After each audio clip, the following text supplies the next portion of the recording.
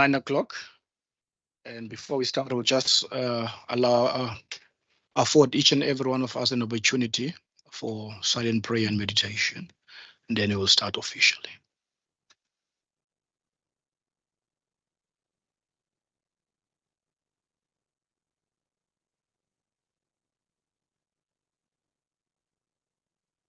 Thank you very much, Bayadanki.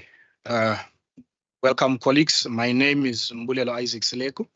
I'm the chair of the Standing Committee on Local Government. And today we will be deliberating on the vote of 14.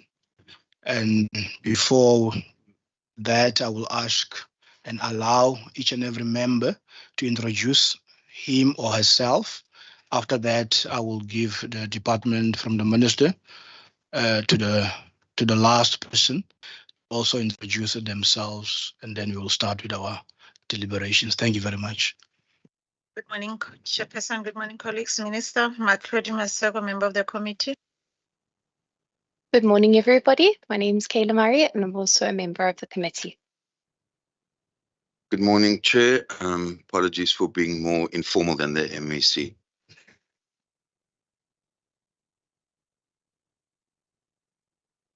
Okay. Minister, I'll give over to you to introduce your staff, please. Thank you. Thank you, Chairperson, and to the committee. I'm Anton Goodell. I'm responsible for local government. Good morning, Chairperson and Committee, Graham Paulson, Local Government.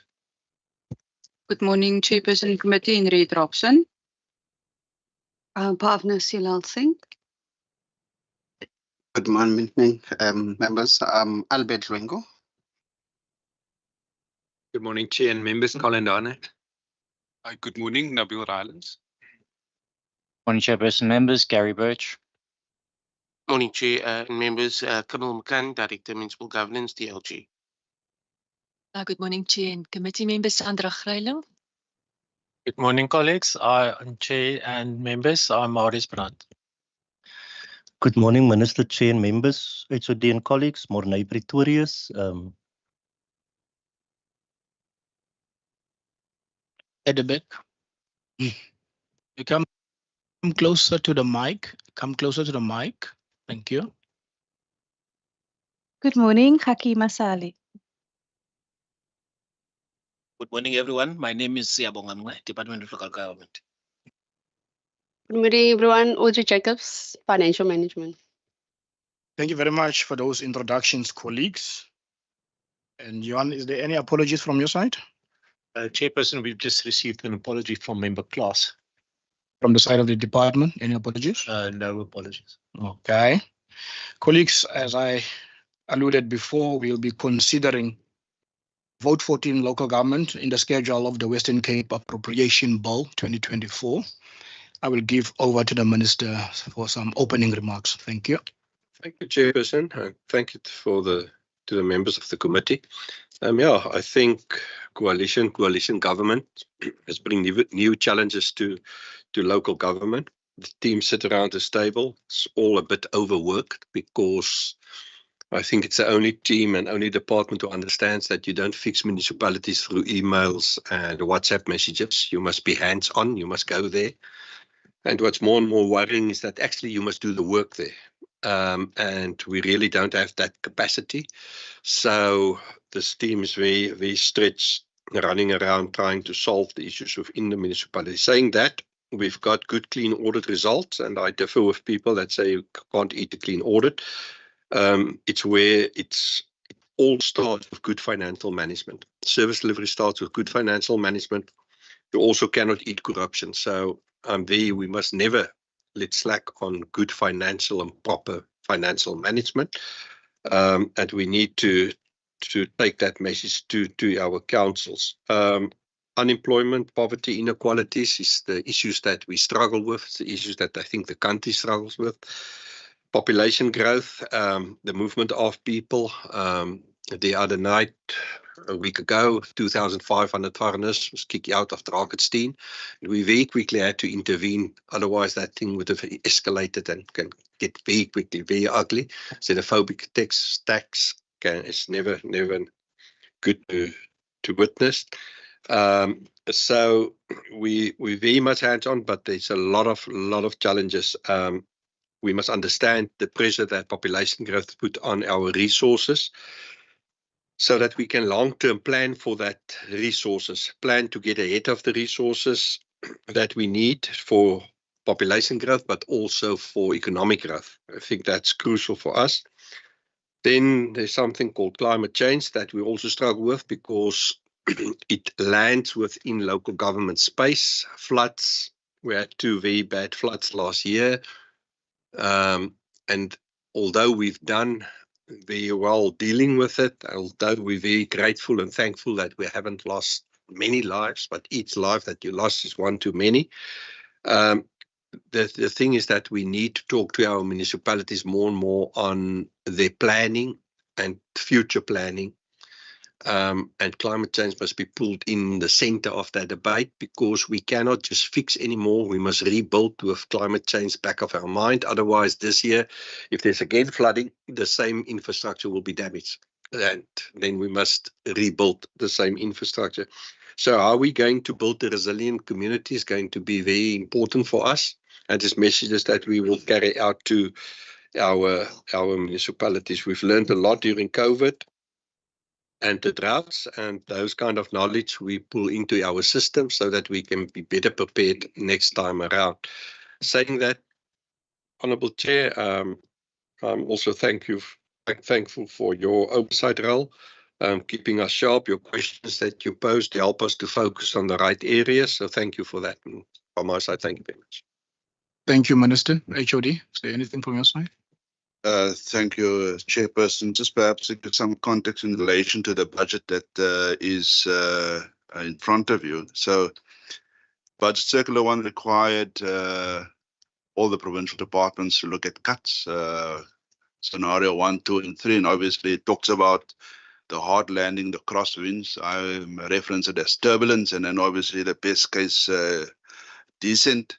So we had various discussions within the department and also externally, understanding the significant impact of these budget cuts on the legislative mandate, the various projects and programs within the department, the operational budget, including goods and services, but also on the COE and the headcount. And also to the extent that we had to consider the rationalization or the rationing of APP deliverables. So various engagements, we were mindful particularly of the mandate of the department and also the service delivery. At various previous MTECs with the Provincial Treasury, we've raised concern that we can't as a department sustain these kind of cuts on the budget because it will impact on our mandate and also will impact on the service delivery requirements. So we've also over the years have instituted various cost containment initiatives, and we decided this time around that we're not going to introduce further cost containment initiatives, given the fact that it borders on the ability of the staff to do the work. So it brought some kind of concern amongst ourselves, the extent of the budget cuts. And based on the 3 scenarios that we presented to the Provincial Treasury, we have limits on the COE, on the headcount. We've reduced project funding. We also reduced co-funding on certain projects. Obviously, the concomitant reduction in the operational budget, and mindful of the effects on the legislative mandate, but also service delivery. And then additional thing is that the department had over in the year, but also over the 24-25 MTEF carry the wage negotiations outcome. In other words, the COLA, we did not receive additional funding from the Provincial Treasury, and we had to cater for that increases in within the baseline of the department. So we went through various iterations of Budget Circular 1, 2, and 3. And reviewed, amend, and change as we went along. What further compounded, particularly on the COE, was the directive of DPSA, where it required the concurrence of the Premier in the province, in filling additional posts or establishing new posts. And then obviously the DG circular that also made reference to that. We've, as a department, made a submission to the Premier via the Minister for the filling of critical posts. We secured the concurrence on some of the critical posts, but not all the posts. And obviously that further compounds the ability of the department to do what it's supposed to do. But based on those savings, we could take off that money and redirect that funding to some of the projects that we made unfunded in the scenario cuts, and also some of the other critical posts we could fund. We are now in the process of making a second submission to the Minister and the Premier so that we can ensure that we fund and fill some of the critical posts. So this budget that you have with you today, Chairperson, is in our view, a balanced approach. We have had limits on the COE as well as the headcount. We had limits on some of the projects. We had the rationing of the APP deliverables, and also taking into account that we had to accommodate COLA over the 24-25 MTF. So, but while doing this, we are vigilant of the mandate of the department, whether that's the legislative mandate, the implied mandate, or the incidental mandate, and also of the service delivery challenges within the local government environment. So as you see, Chairperson, the focus for this year is around the policy priorities of energy, water, also looking at citizen interface, disaster resilience. Minister has made reference to climate change, but also governance and service delivery. So doing all this, we need to balance our approach and be able to adapt, particularly over this period. Thank you very much. Thank you very much, HOD. Colleagues, I would allow for questions on the opening remarks. Member Dagmo, Member Mari, Member Maseko. Thank you. Thank you, Chair, and once again, greetings to the MEC and all the officials. Chair, I just wanted to sort of raise two broad issues which, in my view, impact quite seriously on the whole local government sphere. I think we will get into the budget a bit later and the reduction that this department is getting for this year. But the first one relates, and I'm sure the MEC or any of the officials, could respond, but particularly to the MEC. I think, in the just energy transition, we are increasingly looking at different sources of energy, including, the traditional coal and the hydro and the gas, and then also the issue of renewables.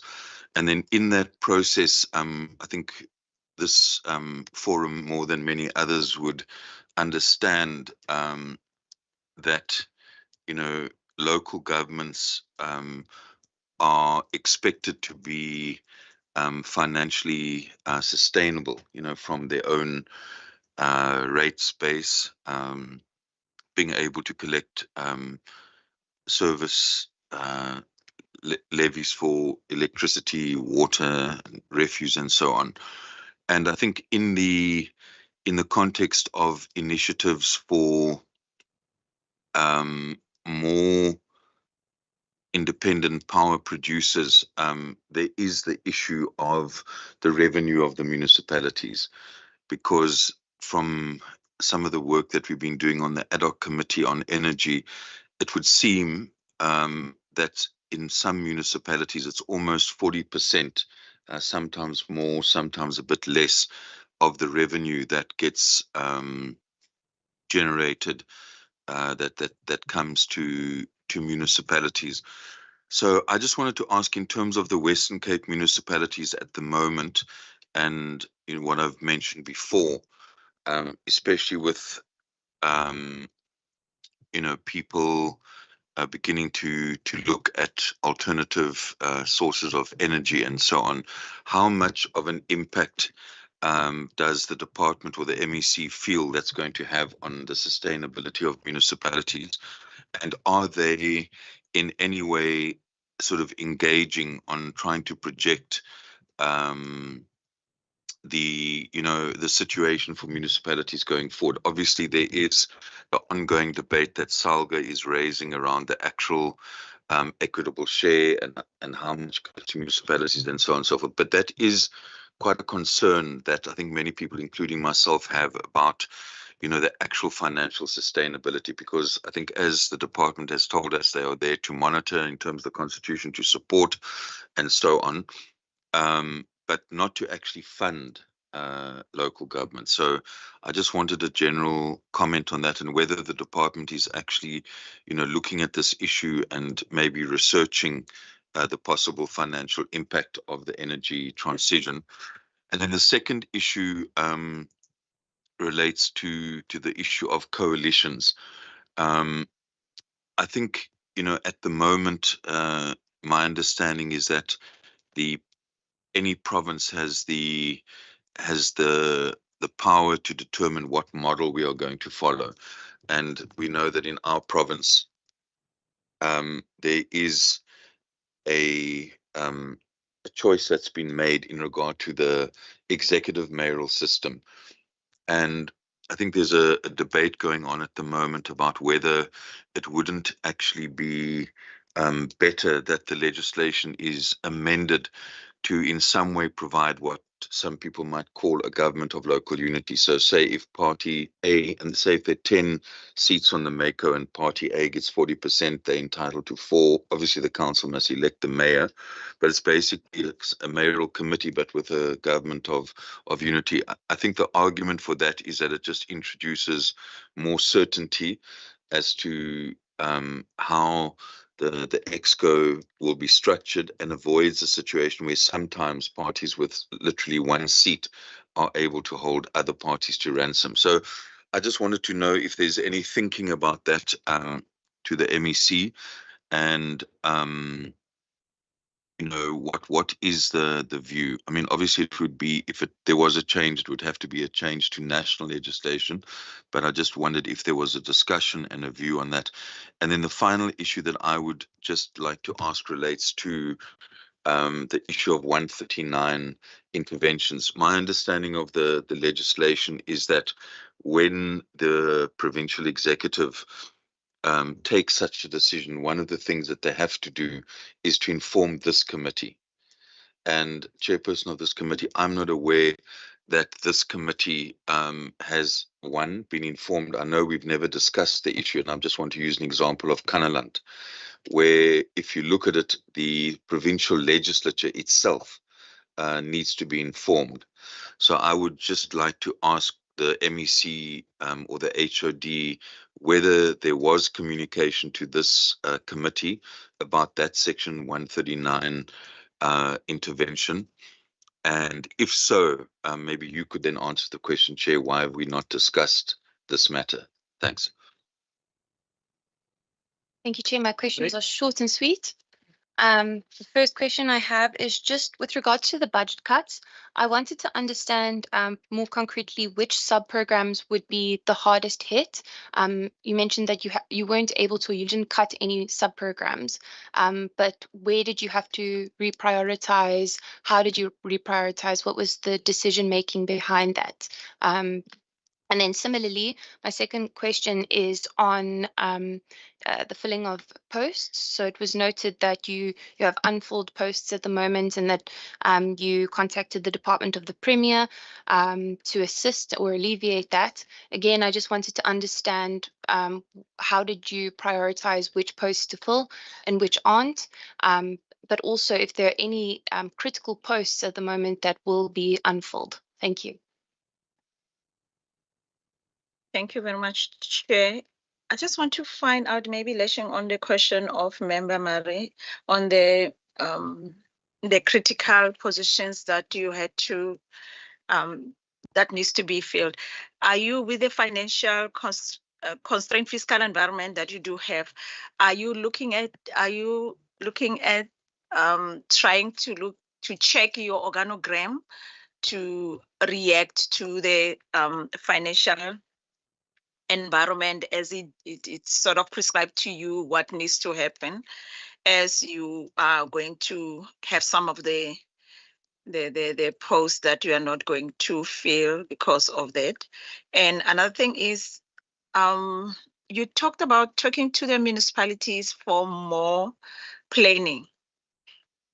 I want to find out, how are you going to do that? I think for about 3 financial years, the complaint has been about and more from the communities about the capacity within our municipalities, or some of the municipalities, I mustn't say municipalities, some of the municipalities, and versus the MPEC. To what an extent are they being involved? Because some of the issues, you'll hear the communities saying that if MPEC were doing their work also, some of things would be nipped before it becomes worse in the municipalities. So you have the challenge of the fiscal environment that is constrained, and you have to maximize in making sure that you have the municipalities that are operational for service delivered.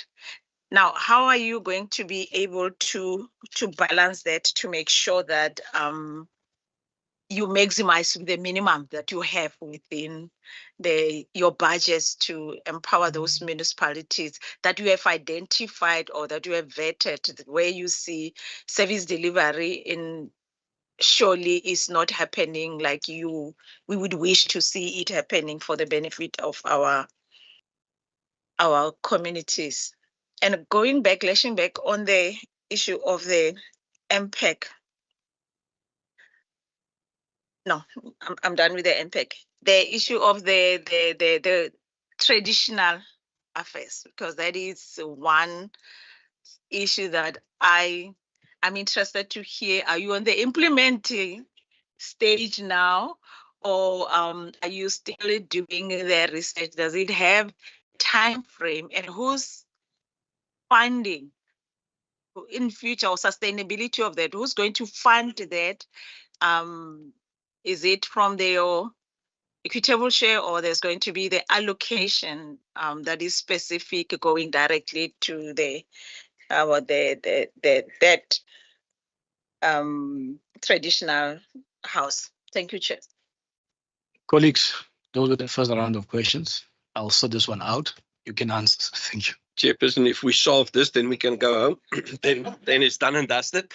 It's very interesting questions. It's interesting questions to open up huge debate. So going forward, I know Honourable Dagmo had asked me a couple of times at what cost and what's the cost of. There's obviously a cost of no electricity versus electricity. So in some cases you will prefer expensive electricity, but at least you've got. But where he's coming from, it's a huge debate. We've warned municipalities that they must, you need to be part of the changing environment, otherwise you're going to stay behind. Saying that, I think in the beginning we focused a lot on generation and where what will save us is the people that can afford it to go off grid, that you can currently see people going solar on their houses, etc., etc. That electricity that municipalities lose now, I think they can be easily make up, Honourable Dagmo, to be quite honest with you, if they just have a mind shift. And I talk a lot to them now. In my own home, I use the solar that I've got up on my roof. I mean, I use 1,000 watt, where I can generate 5 kilowatt. Now, the municipality can take the rest. They must just put in a smart meter. I don't want anything from it. They can just, and there's a lot of reasons. Take that what we generate extra and take it and put it in the system. You can get cheap electricity that will help to balance the cost. And I think if they get their model right, they might lose 10 or 15%, but not 40%. Obviously, the impact of poverty and how they manage their their indigenous policies is also crucial for municipalities to get the balance right between their credit control policy and their equitable share policy, because there's still too many people who can afford to pay that doesn't pay. So how you do your revenue enhancement programs, how you run your discipline within the municipalities, I think that's very important. And we in a learning environment, so we've got a whole team that talks a lot to municipalities to look at financial modeling, to look at how they can support the municipalities. I just think that it's not only energy that taps into the budget of municipalities. These disasters, the floods, and they need to shift budgets. They need to they need to spend money on the roads, etc. So it's a difficult environment currently for them. On your question, Honourable Dagmar, on coalitions, I think it's a very interesting one again. We've done a lot of research with the KZN model because they are on the executive committee model. And to be quite honest with you, they sit with the same problem. People still just stay away and see to it that there's no quorums. And I think what needs to happen is that politicians must not debate this. We must get the universities, the intellectual pool. The politicians must compete for the system. But I think we must not decide on the system, because my personal opinion, I don't think we can step aside and say, listen, that's the best system for South Africa. And I think we need actually a panel to discuss that, debate that, and then give it to the politicians and say, now you compete for that. I think we're all busy trying to see how we can get people to enter the space of councils and parliament who's got a bit more integrity and understands accountability and those kind of things. If you get that right, obviously the system will then, you will be able to manage that. But we need some more work to do. You know, out there that we all struggle to get quality people to come to join the politics, and it's because it's becoming such a mud bath, especially with coalition politics, that it's very difficult to manage, and that spills over to your administration, because in certain municipalities you just don't get applications of people who wants to go and work there, because it's such a hostile environment. So a lot of challenges. I think that we owe it to South Africa to debate these issues more honestly and openly, to find the best system. I think we still need more work. Also in changing government every now and then, it's not good for democracy, it's not good for stability. So there's a couple of things that we can, even outside this room, start to talk to one another so that we can find the best answers for the system going forward. Graham, HOD, I don't think if you in the team want to tackle the rest, the 139. Okay, thanks, Minister. Perhaps just to add to Minister, so just on the energy, so there was a request to both the two ministers of finance and Minister of Local Government, Minister Prudel, particularly around the financial sustainability and in relation to the energy. So we have received a request to do work around what is the ideal composition of an energy mix in municipalities. And the Provincial Treasury has, based on that, received a request to do work on what is the ideal financial model in relation to energy, and based on that mix, and also the impact of the finances. So the work that we were supposed to do by the cost of supply studies, as well as the energy master plans, we had various discussions also with the energy advisor in the province, and the idea is that all the work, particularly in relation to the energy mix in municipalities, cost of supply studies, will be incorporated in the IRP, the Integrated Resource Plan of the province, which is in the process of being developed. And the Provincial Treasury is in undertaking an assessment on the financial model given the energy mix. So we just recently also had a time engagement, and municipalities, we just had a debrief within a week. Municipalities has raised the issue of the financial sustainability, and that has been identified as a matter that we need to attend to and respond to. And that is as an outcome of the time engagements. So the entire thing of the impact of the finances as a result of the energy, that is currently being looked at, being assessed, to come up with possible proposals as to how to mitigate the impact of the energy mix on municipalities. I think the minister has raised the issue around coalitions. We have done, as the minister say, try to get some of what are the best practices, and there was various views on particular executive committee system. When we consulted and went to check with particularly KwaZulu-Natal, because they've got an executive committee system, and I think the rest of the provinces do have them.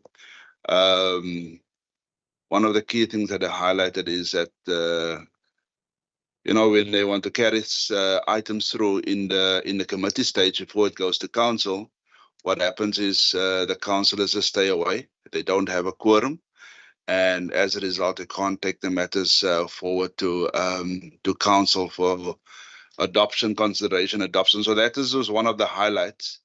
But I also remember that the then MEC for local government of Northern Cape, I think it's Bottas, Minister Bottas or MEC Bottas, has in a MINMEC raised a concern that they should consider as an entire country to go perhaps to the mayoral committee system. And that was just a recommendation, but I don't think that was further work done by it. But we have researched or inquired some of the options. In terms of the 139.5 and the interventions, I'll just ask Gary perhaps to respond to that with a detail. The budget cuts, in our budget cuts, we've indicated the impact on each program and sub-program. On the COE as well as on the goods and services, and obviously on the transfers, and initially also on the priorities of the provincial government, that is both the growth for jobs, well-being, as well as safety. And as we work through the iterations of the budget, we could put back some of the funding, particularly in relation to the projects, as well as some of the posts. So we've got a detail here. Also in relation to what are the mitigating measures in relation to those cuts, we've highlighted in correspondence to the Provincial Treasury, and between Bhavna and Audrey, if they want to add, they're more than welcome to do so. But we've got a detail here, Honourable Chairperson, around how the budget cuts impacted the various programs, the sub-programs, particularly in relation to the COE, but also some of the projects that we have, whether that's the public participation around the ward committees, or whether that's our support municipalities. There have been impact. And as I say, we also had to ration some of the APP deliverables in relation to that. But as we went through the various iterations of the budget, we managed to put some of the funding back based on savings. We have submitted, Honourable Chairperson, a submission to the Department of the Premier via the Minister for the concurrence of the Premier, and those are all the critical posts in the department. The Premier has come back and only gave his concurrence for some of the posts, particularly administrative posts in the department. We did not receive the concurrence for those. particularly PAs or clerks or administrative staff, but we have prioritized this critical post in relation to the mandate of the department. In other words, the support. We have also prioritized the filling of the post in relation to the priority areas, that is growth of jobs, and in our case, particularly for energy resilience, water resilience, but also for disaster resilience. We have prioritized, and we had the concurrence of the Premier for those posts. We are submitting another round, and that is to accommodate further posts, particularly in relation to citizen interface. Those are the CDWs, to strengthen the access to government services, and that will be a second round of it. So we haven't had the concurrence of all the posts that we have submitted, Honourable Chairperson, are funded and vacant. And given the fact that we have not received concurrence for all the posts, we've then taken some of that funding and redirected to some of the projects which were reduced based on the scenarios as contained in Budget Circular 1. Just on a critical position of the organogram, so we have submitted and requested the Department of the Premier to do a organizational review of the department. And that's based on the legislative mandate, because on a yearly basis, we see there's sort of creep in the responsibilities of the department, whether that's in terms of its legislative mandate, implied mandate, or incidental mandate. You know that water and energy is not necessarily functions of a provincial competency. We need to do it given the fact that we have oversight over municipalities, and this finds expression among citizens in municipalities.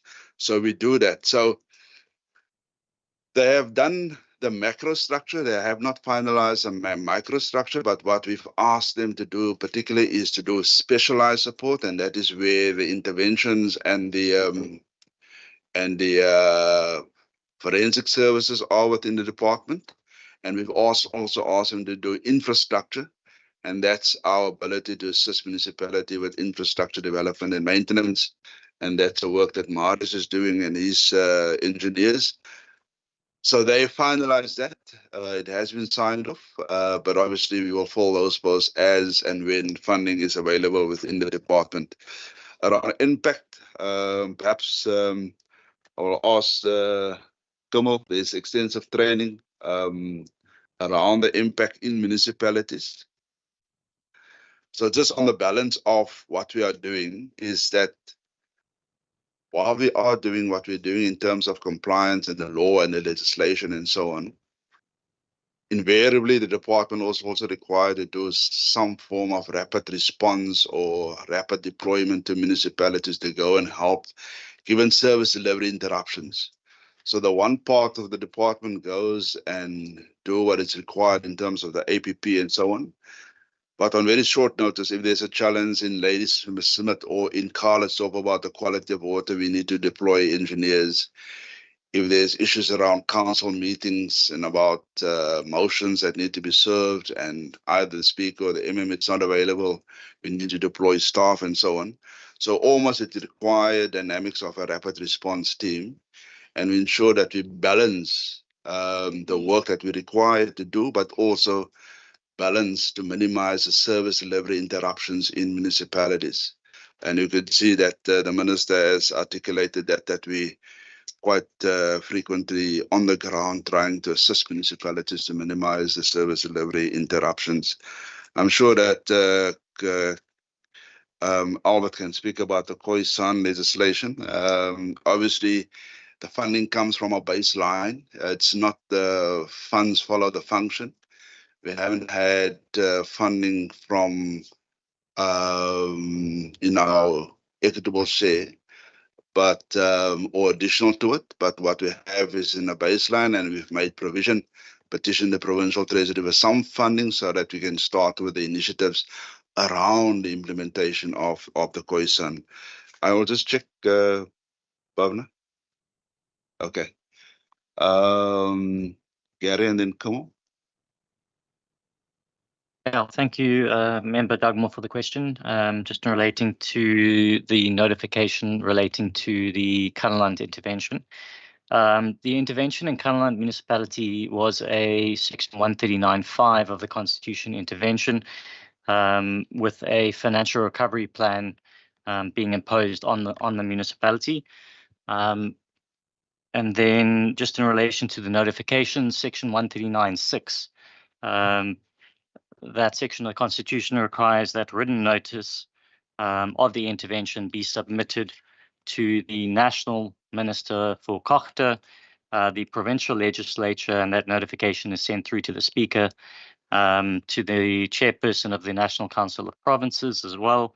And then additional notices were also sent to the National Minister of Finance, given that it was a financial related intervention. And then, of course, the relevant notifications to the municipality itself as well. Thank you. Thanks, Chair.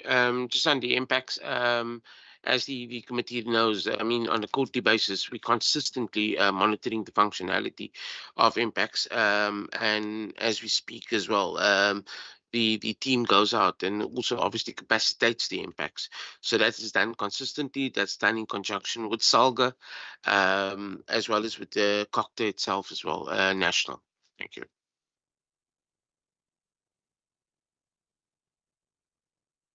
Khoisa.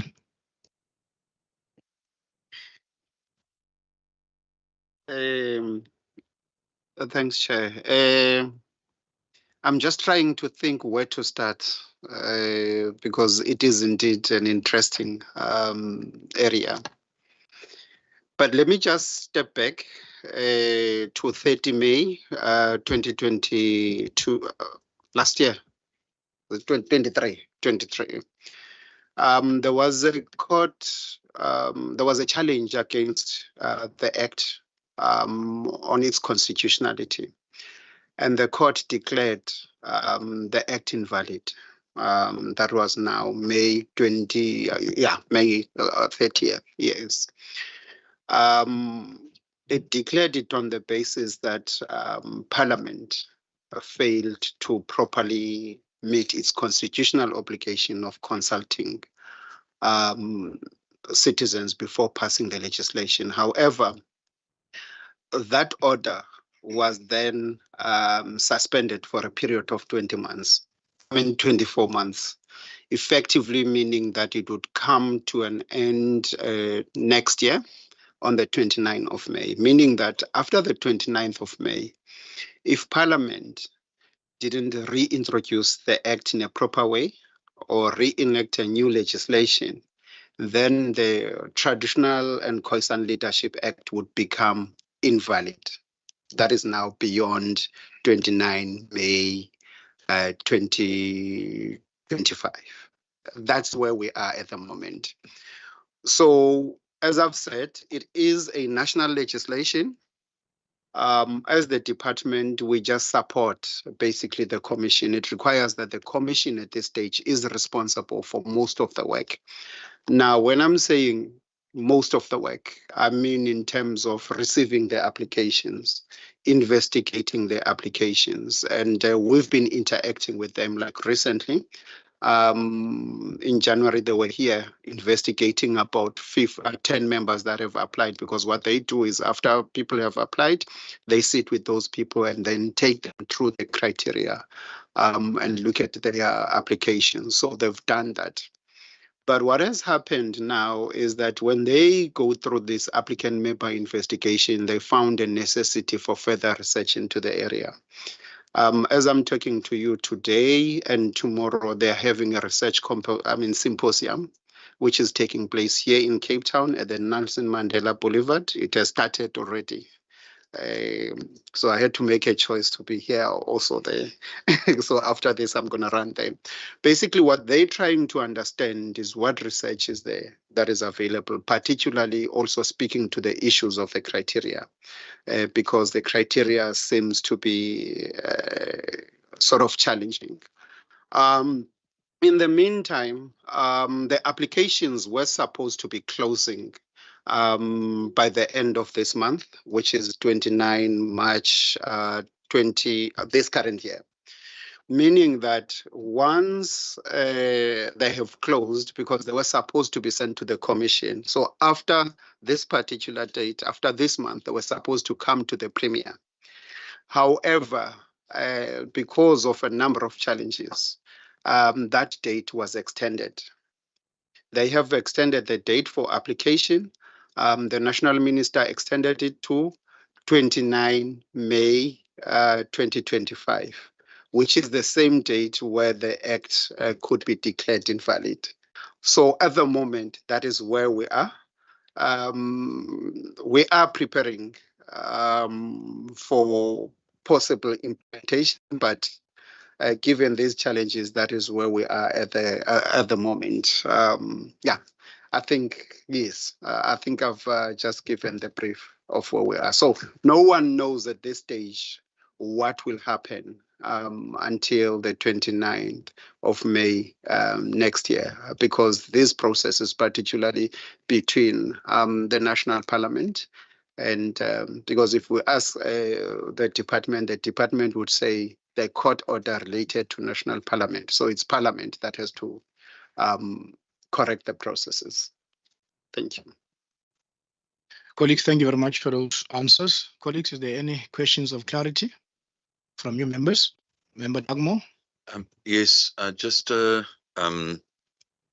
quick follow-up, just in regard to the response in regard to section 139. The response indicated that the intervention, and this is the clarity that I want, that I'm asking for, that the intervention, as I understood the answer, was in terms of 139.5. Can I just check through the chairs? That's right.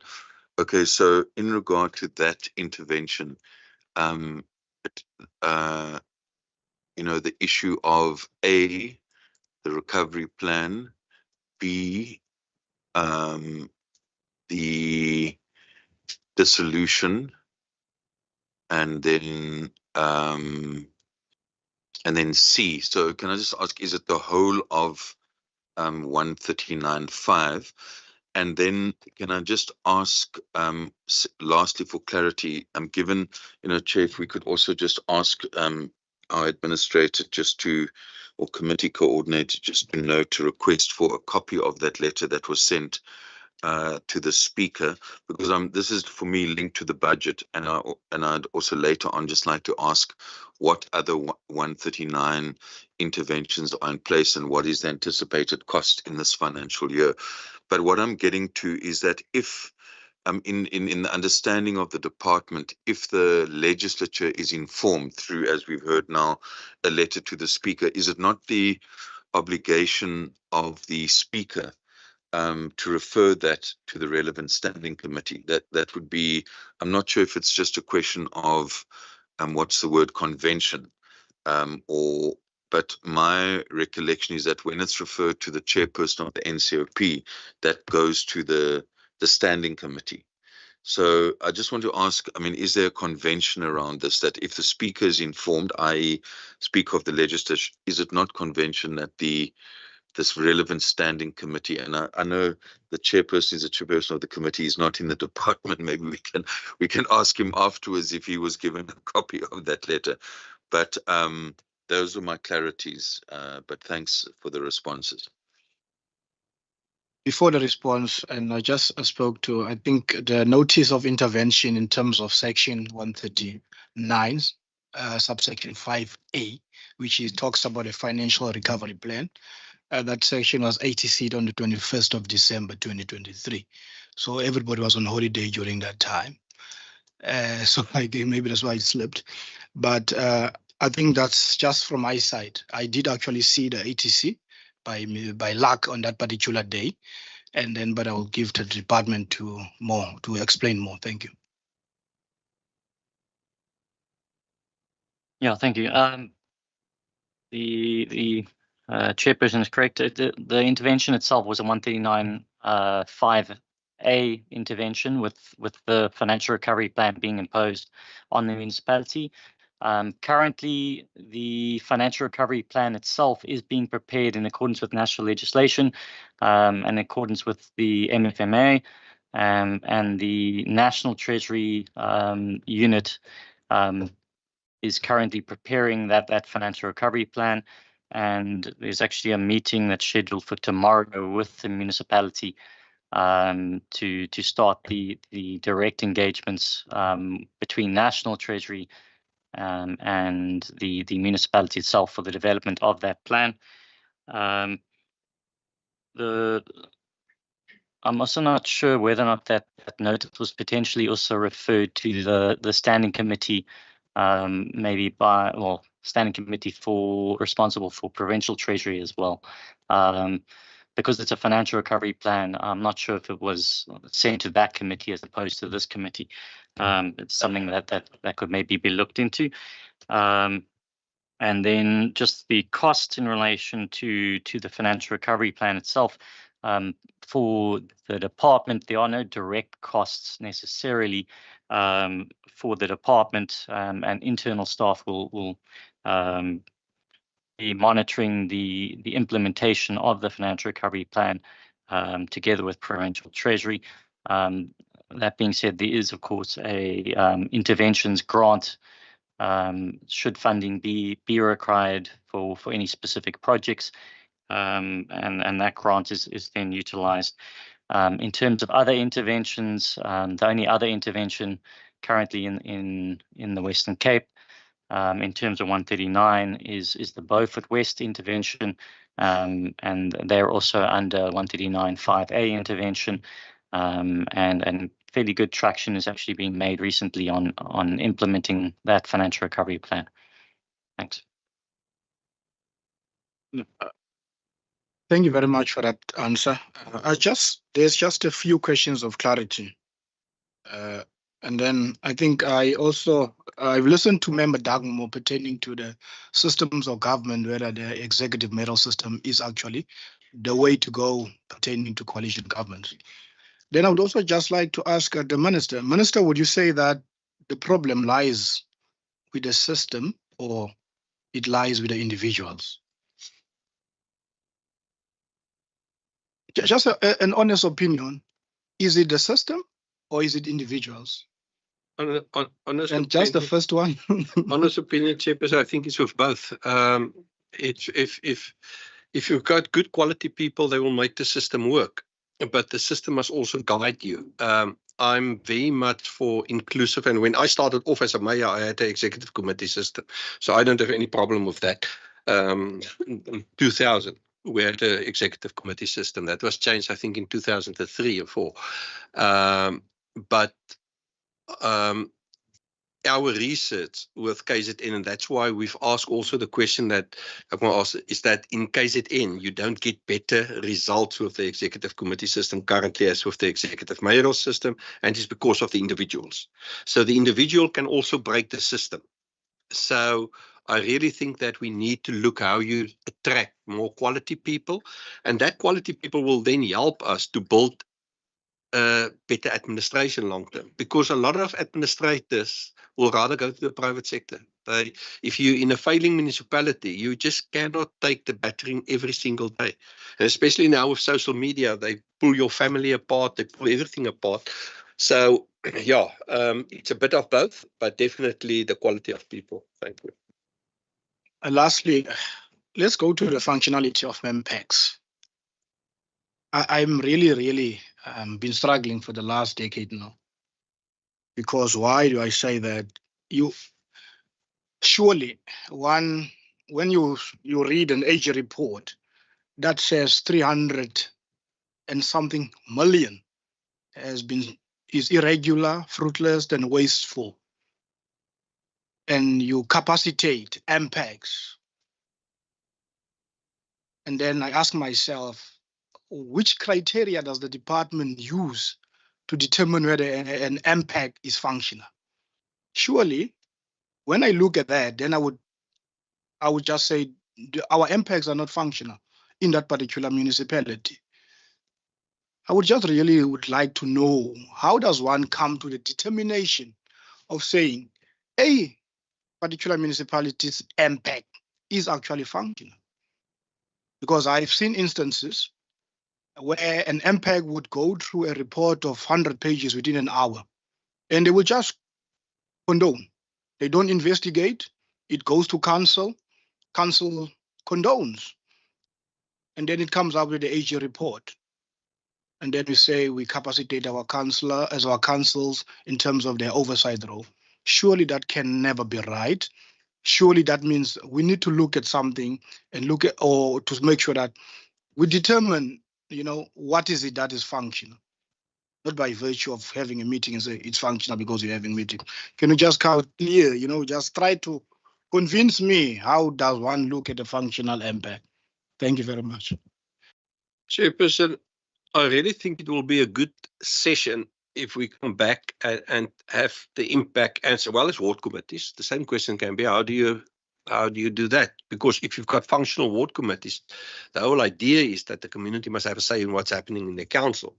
Now, to just get the community to understand that you get what you vote for, it's very difficult. It's very, very difficult. I'm not, and that's why I really think this is a long, and if we want to make change, I'm a firm believer we must go back to consequence management. If you do X, there must be a consequence. There's no courts involved. If the AG comes out with a report and they say you either don't have handed in your budget or you've got an adverse budget, you're under administration. We don't argue about it. We don't. That's so consequence management will help us a lot to get through. Remember that the department will rock up. They don't elect the impacts that they get to work with. A lot of the members on the impacts, I can tell you 80%, I don't think can read the balance sheet. Now we must get them functional. I mean, that's also not fair. So I think that we put plasters on these wounds, but we don't get to better service delivery and really what will make an impact at the end of this process. So, but we're not going to, I can promise you, we will not solve this today. And I think it can open up a very nice debate and guide the department working with the standing committee longer term on not only on impacts, also how do we get ward committees more functional? How do we get the people in the town more involved in the decision making at the end of the day? There's methods that you can use these days, because otherwise and also the how you elect your ward committees, because it's to be honest with you, it's becoming a smaller committee of the governing party. We run campaigns on that. We all know it, and that's actually not how it should work. So we need to rethink and relook if we're serious on governance, good governance, service delivery within communities. And communities must start to understand that if they're not going to get involved, well, they're responsible for their own council success at the end of the day. So it's an interesting debate. It's things that we talk a lot within the department, but I think you must invite the department back for a debate just on that. Thank you, Chair. Okay, thank you very much for those responses. Member Maseko. Thank you very much. Minister saying something very important, because we have looked, as a councillor, even for a short period, the IDP plans for the committees to understand the IDP plans, why it's important that they have to be there to know what's going to happen. That is not happening. And you will find the ward committees involved there and the councillors that they will say there's going to be about 500 houses that have been built.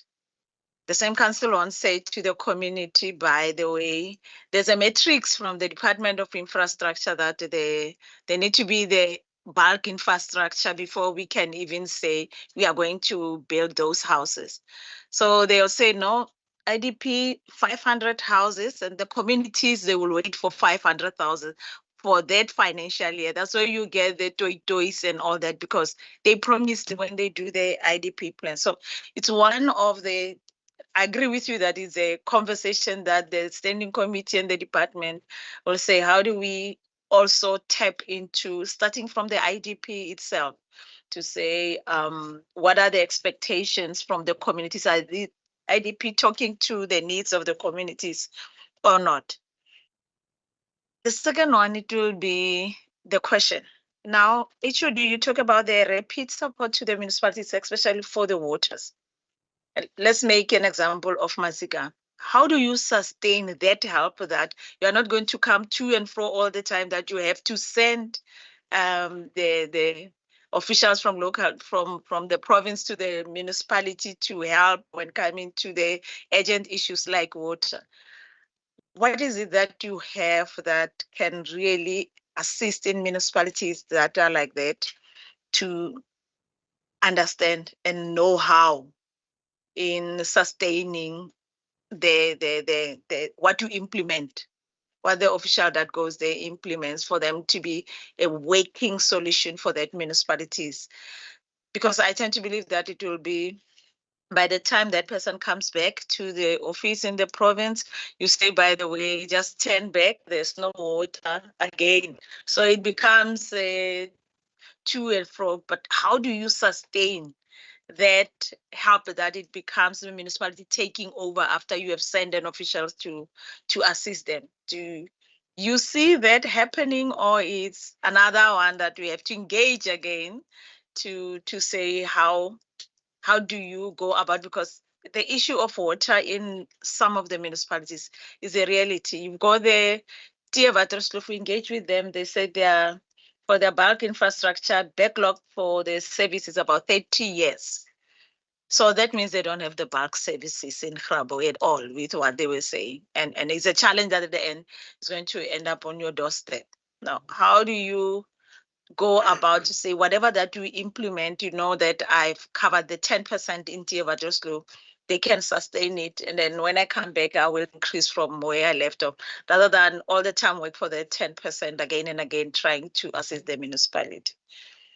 And the third one is the inclusionary housing, the special planning. It's more about the special planning. To what an extent is that a challenge and costing you in trying to improve the special planning with the land invasions that are happening and the demand for the services that are the rights of our communities? Because there's always the tendency, especially when we are going to the elections, that you'll find there's a rapid land invasion that is happening, and immediately there is a demand of your water, the sewage system, and all that in those municipalities. And it's a challenge to the municipalities because they don't even have the money. But at the end, unfortunately, it's the Minister of Local Government doesn't want to give water. It always Minister Bredel that doesn't want to give water. So how is that a challenge to the department, to their readiness? Because it happens after every 5 years that you see that it's the cost increases when coming to the elections. Yes. And how do we prepare to react to that, or talking to the municipalities to use the empty spaces to have in their plannings when coming to special planning, to say all those open spaces, how do they use those open spaces sort of to be being proactive, that before land invasion can happen, they do something with those spaces. So there's no space for those land invasions. Chair, that's all from. That was the last one, colleagues. Okay, thank you very much. HOD? Can go. So, oh, you want the minister to start? Minister? Yeah, the committee asked very interesting questions, things that we grapple with as well. I think on spatial planning, we talk a lot to municipalities from a climate change perspective, especially.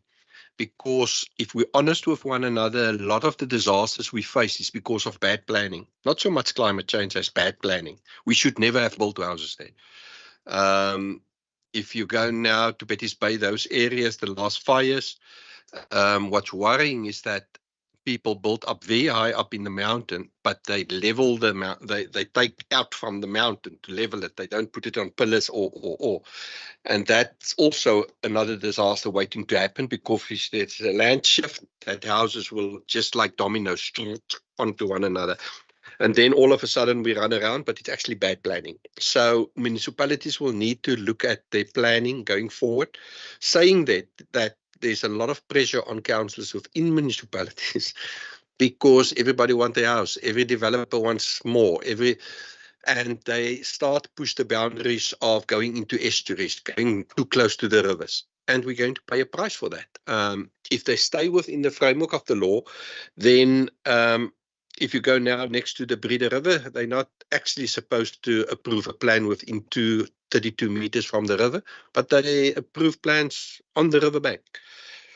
I think we're going to have to discuss those kind of things also with insurance companies, etc., because I know next to that river, if you want to insure, it's going to cost you a hell of a lot of money, because they've realized that we don't have a 1 in 50-year flood and 1 in 10-year flood. It's now every year there's floods and etc.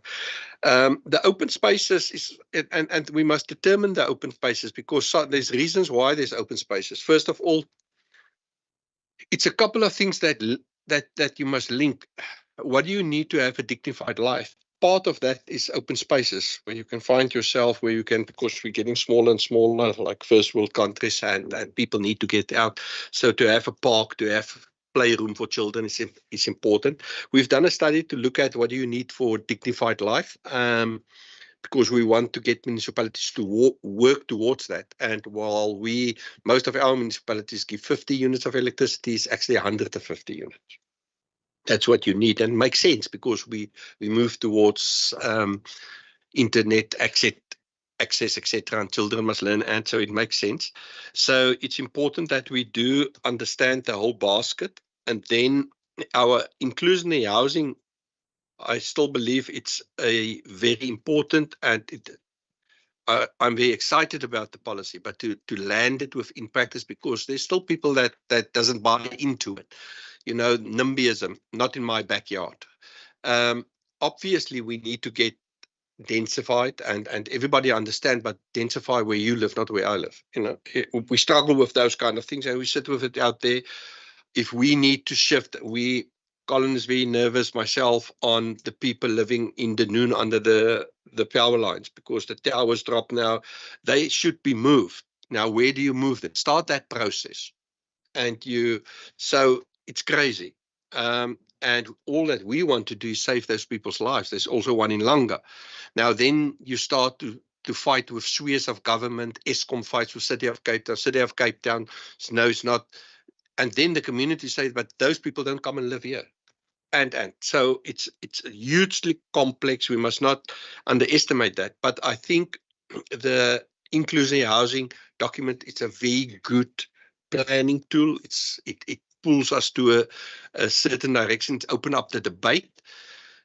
If we densify, we must also understand it must come with certain disciplines. If you go up, the people within a flat must have discipline, otherwise it moves towards gangsterism, dwellings, etc. There's a social component. So densification, planning, spatial planning, it's how do you across get all the governments to work together. People rush to when a child gets sold or abducted or. But it's not only a police matter. There was a social matter. Why didn't social pick it up? Why didn't the community wait till it happened before they? So you need to get the whole basket right, and that's our struggle currently with the budget. Because if there's budget cuts, normally we looked at health and education. Don't touch them. Well, then we can actually close the rest down. But to make government work, you need the whole government to work. So it's how you keep all of these things going. And there's a lot of stress on their shoulders, because it's difficult when you go to a municipality and you come back and you must just go back again, because there's no expertise. So we try to build the expertise within municipalities, but in certain municipalities, people don't want to work there because of the political instability, because of all those kind of things. So it's an ongoing struggle. We work with municipalities as well as we can. We had a team last week in Knysna. There will be a team this week there as well, pulling the municipality in, getting national to come to the table, because it should happen apolitical. There's political parties that will make agendas, yes, but we need to focus on getting the services back up and running. And in Knysna, we've done it in December, beginning of December. We solved the refuse issue. 3 weeks later, it's back because they don't have the capital to spend on the trucks, to spend on the equipment, etc. Now we're back as a whole team there, also looking at how can we move the dumping site from the middle, from the town to an industrial area. Well, how can we build the systems for longer term, get somebody that can transfer the knowledge to the municipality. But we must also now fix the water and work with them on the water. So we've got engineers working on that. Long term, I think our 15-year water plan, if municipalities starts to implement that, if municipalities take it as a guiding tool, over time they will get ahead of population growth and economic growth. That's the purpose of that plan, but the back office of that plan is difficult. That's why they train now 2 officials in each municipality to understand the back office. It's the same with roads. If you put enough money in resealing and in rebuilding and you balance it over time, you will solve it, but you won't solve it overnight. I don't know if you want to add. That's perhaps the member has referenced also Matsikama. So it's a combination of deploying the engineers there as well as funding. So in the case of Matsikama, we have also, as Minister indicated, there's limited capacity. So they don't have technical staff, the director post is not filled and so on. So just in case of Matsikama and Cederberg and other municipalities, we've actually funded the employment of an engineer. So we give the funding to that municipality to say for the period of 6 months, here's a certain amount, and then appoint a engineer. And we also make at times, given our pool of engineers, make a recommendation which engineer to go sort out the water and other related challenges. And I think in the case of Matsikama, we've extended that arrangement. But our own engineers also go and they do assessments together with the locals at that municipality, identify what are some of the emergency projects and what are sort of medium and short-term and long-term projects. And I think then we get together to say, how do we give effect to the emergency projects to reduce the interruptions in water supply, or whether that's sanitation and so on. And myself and the minister, we were there a couple of times in Matsikama, met with some of the municipal staff and the council, as well as some of the business people. And so as part of also the implementation of the 15-year water plan, we've directed funding to Matsikama, to Cederberg, to deal with some of the emergency and short-term projects. Reflecting on Kannaland, we've done the same sort of in Kannaland. We deploy our engineers and so on. But obviously, we need to go back frequently. And just yesterday, I mean, we had the portfolio committee on local government on Kannaland. Remember, the portfolio committee in the National Parliament was with Kannaland last year. Yesterday, we accepted a briefing from ourselves. The standing committee, the portfolio committee accepted from ourselves, Cocta, and the municipality. And it was confirmed that Kannaland has actually called the person responsible for MISA in this province and asked that they must actually move the 2 MISA deployed engineers in Kannaland.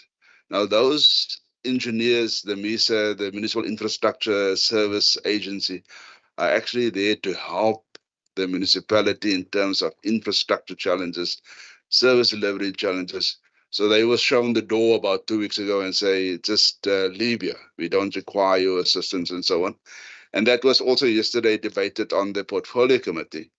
And in actual fact, my observation is that the chairperson of the portfolio committee yesterday just abruptly terminated the meeting, or adjourned the meeting, let me rather say that, given the fact that in their view, there was no political accountability.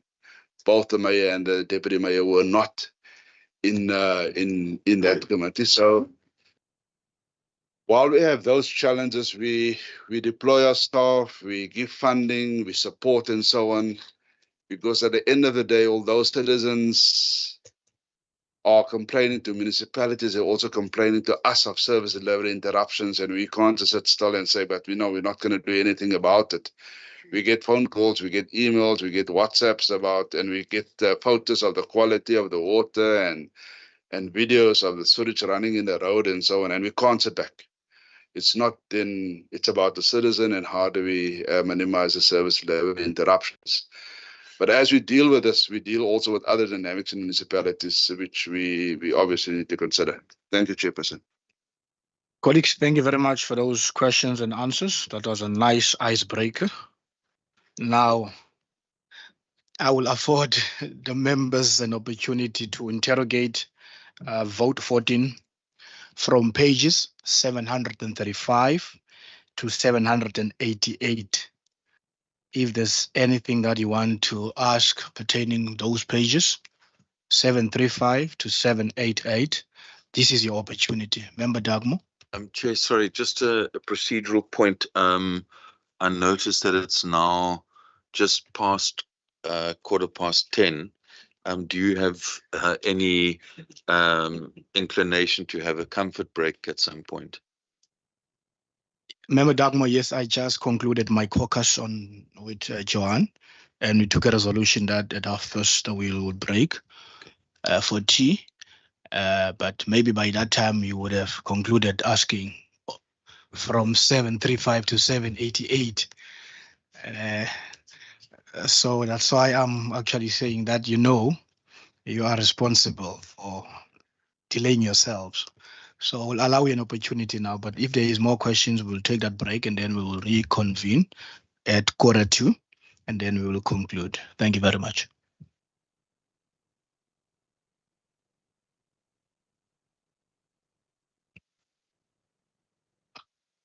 Colleagues, is there any takers for this round?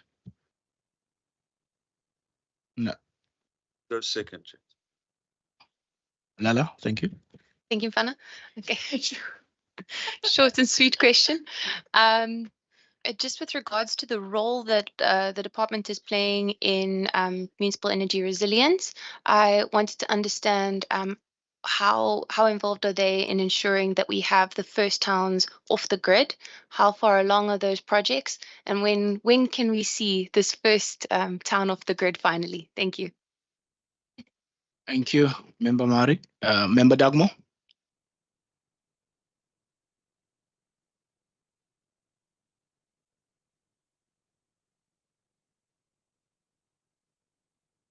Can you please switch on your mic? Sorry. Yes, just on page 741 under budget decisions, there is the reference there to an amount of 58 million over the MTEF to strengthen existing and explore innovative responses to deepen water resilience. Now, I would actually just like some detail on that. So it's 58 and then 31 and then 27 in the out year. So what exactly is this money going to be used for? Is it money to consultants? Is it money that goes to the municipality itself? And obviously we're just at the beginning of this financial year. So if we could just get an explanation as to how procurement is going to happen and whether there's a list of particular municipalities where the water resilience issue is a major issue, or is it a generic look at water resilience? I just want detail, particularly for this year, how that 58 million is going to be spent. Is there an actual plan that X will be procured for this municipality, or why? Is it, as I said in the beginning, for professional fees, consultants, or is it direct transfers? And the same,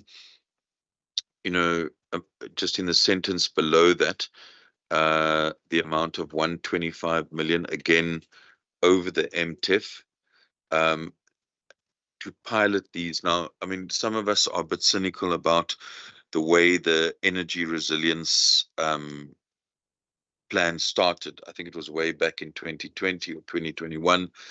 And yesterday in the standing committee on the Premier, the Premier mentioned that, and I really sort of was quite worried about that figure, because he said that there were going to be 5,700 megawatts generated through these interventions by 2035. And then when we asked as to when this will actually happen, when it will be, the power will be available on the grid, he first said it's in the pipeline, and then we asked to follow up, and then he said between 18 and 24 months, right? But my question about this 67 million is when we refer to pilot renewables, could we just be reminded as to which of these pilots? I think at one stage we heard about Mossel Bay and then George, and if I'm not mistaken, Stellenbosch, and then there was an announcement about Hessequa. So how, if you could just get a sense of how, is it for particular municipality pilots, which ones are they, and is there an indication yet? Because I see just below that there's a 3 million and then another 3 million for specialist professional service providers. So what is the 67 not for service providers, is it for something else? And then the 3 million and the 3 million. And then if you go over the page, okay, that refers to the municipal electric master planning program. I presume that relates to an earlier answer about trying to support the municipalities to prepare. And then the very next paragraph over the page then talks about critical skills and capacity to support the energy program in the department. So what particular posts are those, and there was mention about engaging the Treasury and so on about staff. So what posts are, I presume those are internal posts. So what posts are those intended to fund? So I'm going to stop there, but I do have just to take the chair and the members to give them some certainty. One on 757, another one on 760. These are questions, and a one on 762, one on 764, one on 769, and that's going to be the end of my questions, unless of course there are follow-ups. I don't know whether my ruling is going to assist. I think Member Dagmo, I think you can pose all your questions, and then the department can write the questions while they're having coffee. Then they can consult on the answers, and then when we return, then we give. Okay. Okay, you can you add more questions, or are you willing to answer? That's I fine. think just do all your questions, and then we allow the department to answer. Maybe there won't be any other questions, and then we will just Okay. go through. Yeah. Thank you, member. Yeah, on 757, Chair, page 757, there's that table 9.1. Okay. Program 1 administration, where there's 54 million there for corporate services. And we know that that's the only sub program in program 1. But 54 million, as I understand it, seems to me to be quite an excessive amount for, if you compare it, for instance, to the corporate services budget of vote 9. You will see that it's quite a huge amount. So if there could be some explanation about that particular amount. I mean, if you look back, it does has 2021 51 and then 53. So if we can just get a sense of that, and then it moves up to 57. Then on 760,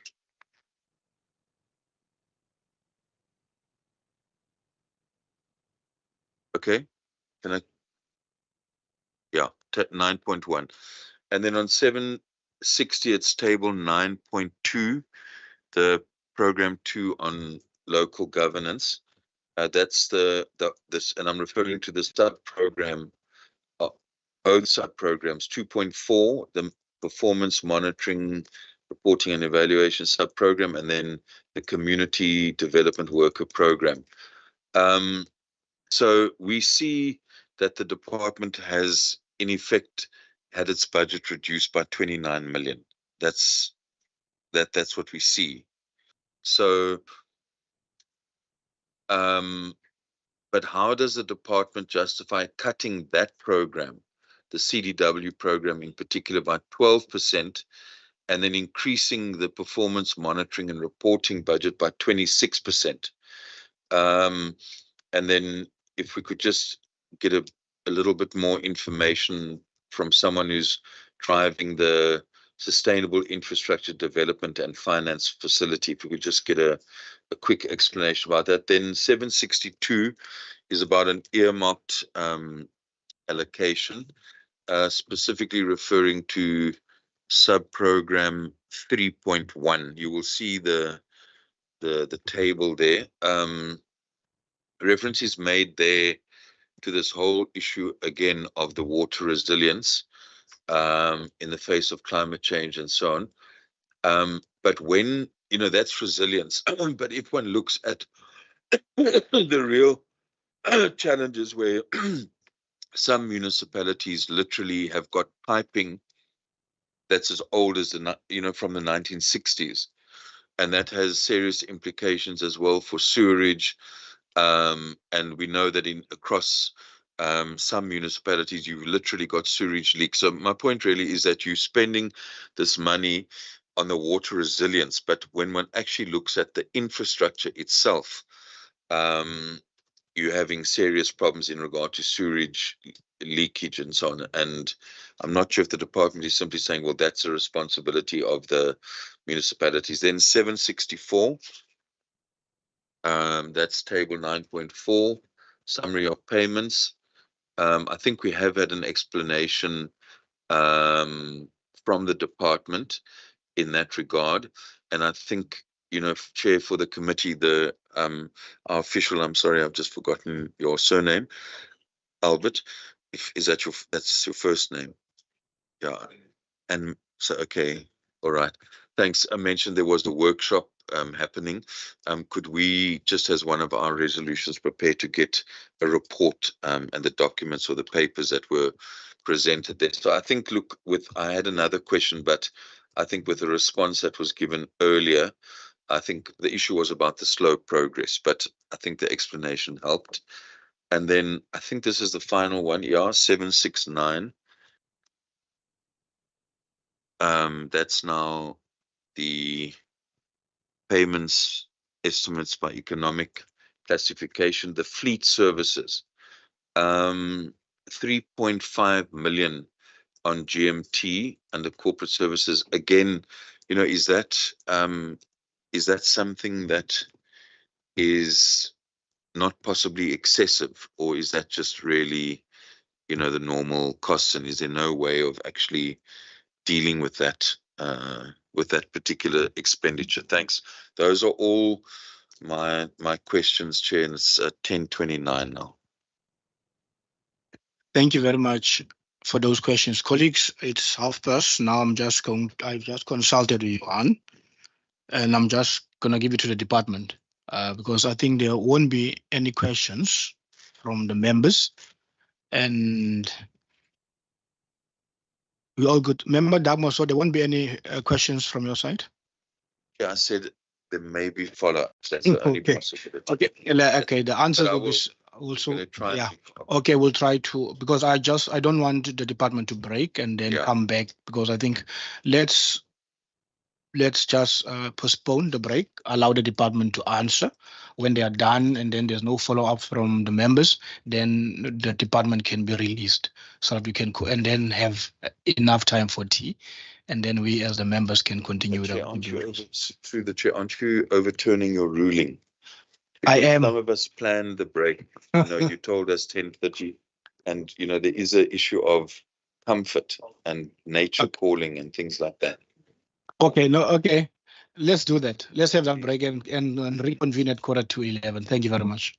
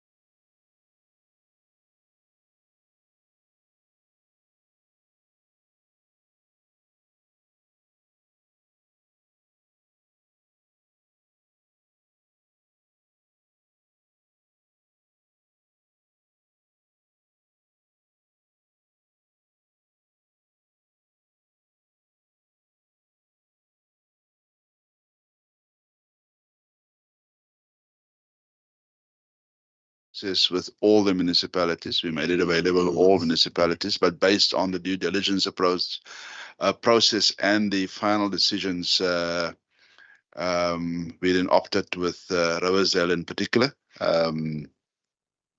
So that Marius can give the detail. Our intention, there's good progress on it, but our intention is most probably do a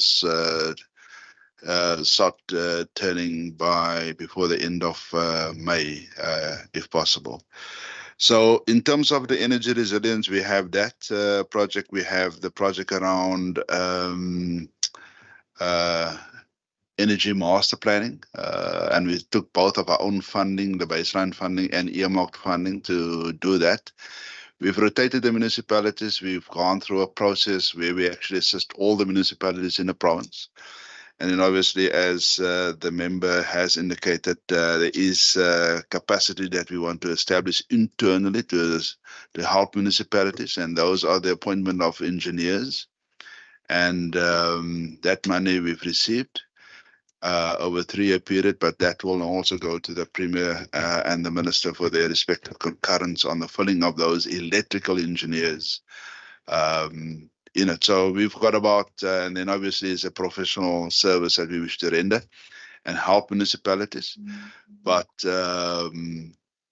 that's our projects in relation to our municipal energy resilience in the department.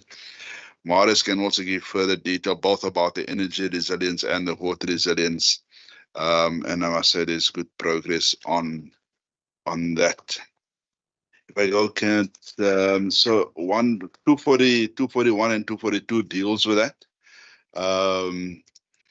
And Marius and there is a schedule and it's part of the gazetting. So all the funding is not necessary for service for consultants. In actual fact, it's for internal capacity, but also for transfers to municipalities. On the energy, but also on the water, it's in relation to the implementation of the 15-year water plan, and those are also transfers to municipalities. It's not funding for service providers. Obviously, there's hydrologists that we've also appointed. So that deals with 741 and 742, and I'll ask Marius just to elaborate on those.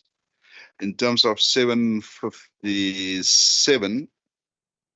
So if you look at 757 9.1, and that's particularly program 1. So if the honourable member compares that with Minister's others department, this is for the entire department to enable the department to do its work. Particularly supporting the rest of the programs to do its work within the department. So its stuff is, and all the things in the department is actually centralized. So it's for the computers, it's for the laptops, it's for GGs, cell phones. And so it's for all those kind of things that enable the staff to do their work within the department. Obviously, in Minister's other department, there's a separation. The MEC's got its own budget, and then senior managers and so on. But if you calculate that, it's actually more than what we have in terms of the 55 million. So it's all the auxiliary stuff within the department that is funded by program 1.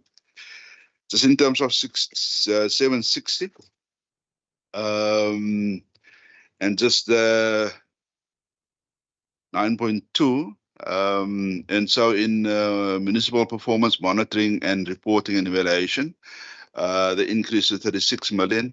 That's fundamentally the grants that are included there, the interventions grant that goes for municipalities and also internally, and that's an increase in relation to the CDWs. So that's actually the attrition. We make provision for it. Obviously, given the turnover in relation to the CDWs. But in the second stint of our application to the Premier, we've also asked that the additional 6 CDW posts be approved so that we can fall that. And so we balance that. And there's particular agility in that. So in actual fact, if we look at it, it's fundamentally the attrition that lives in that reduction. But we ensure that it doesn't affect the filling of the post, but also the ability of access to government services in the respective municipalities. Marius can talk about CDF extensively. There's been good work done, and obviously we're now moving from feasibility to bankability. And Marius will be able to deal with that in detail. 6.2, the earmarked allocation, 3.1, water. Honourable Chairperson, there is a detailed submission which subsequent to the discussion with the Minister on the allocation we've got over the 3 years, we've got in excess of it's about 25 million a year on average that we got for the implementation of the water plan. So it's not for consultants, it's actually to go to municipalities to give effect to the implementation of the master plan and to ensure that there's in each municipality a form of water resilience. So whether that's pump stations, whether that is generators, or whether that's piping or reservoirs to ensure, or groundwater to ensure that there's a form of water resilience, that money is actually for that, for the actual improvement of service delivery in municipalities. Obviously, we also appointed geodologists to assist the municipalities, but extensive work is being done in terms of the water resilience in municipalities, and that's a funding. It's also in a gazette attached to you can see is the infrastructure grant that Marism have developed. Obviously, in terms of piping and so on, what the honourable member says, there's also other grants like the MIG and the RBIG, and we work with the Department of Water and Sanitation in the province, identify areas where municipalities require the replacement of piping. But we've also funded various municipalities in the province in relation to infrastructure replacement, whether those are pumps, piping, and so on. 6764.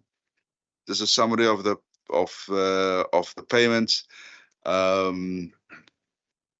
We can also say we hear that the honourable member requires a report, and we will make that report available, Albert. So on the summary of payments, that's actually just the funding for the Khoisan, and we started out small to fund the initiatives around the Khoisan, to do the preliminary research, and it's both for COE and some goods and services, and that relates to the Khoisan. Obviously, we would require additional funding if we talk about further work, and also the payments to the various kings and queens and the staff in the event that they are being recognized. We do not have the funding for that. We only have the funding for, and we've prioritized out of the baseline to do the initial research and to assist the Minister and the Premier to make decisions around recognition and acknowledgement of the Khoisan. And so 6.77669 around the GMT.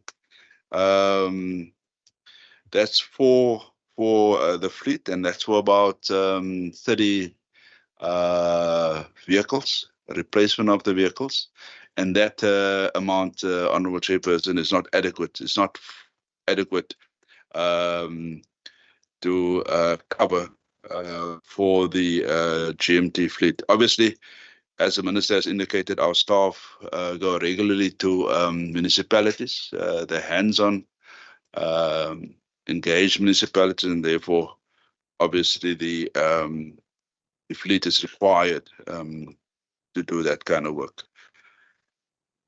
Anything from, let me just check, Bhavna. Any additions? Marius? Chair, I'll go through them as you've asked. The first one, the 58.55 million for water resilience. It is for geohydrologists. So we've appointed a geohydrologist company, and we can substantiate that. But in our infrastructure in Durban last year, it was emphasized that each and every municipality must have geohydrologists.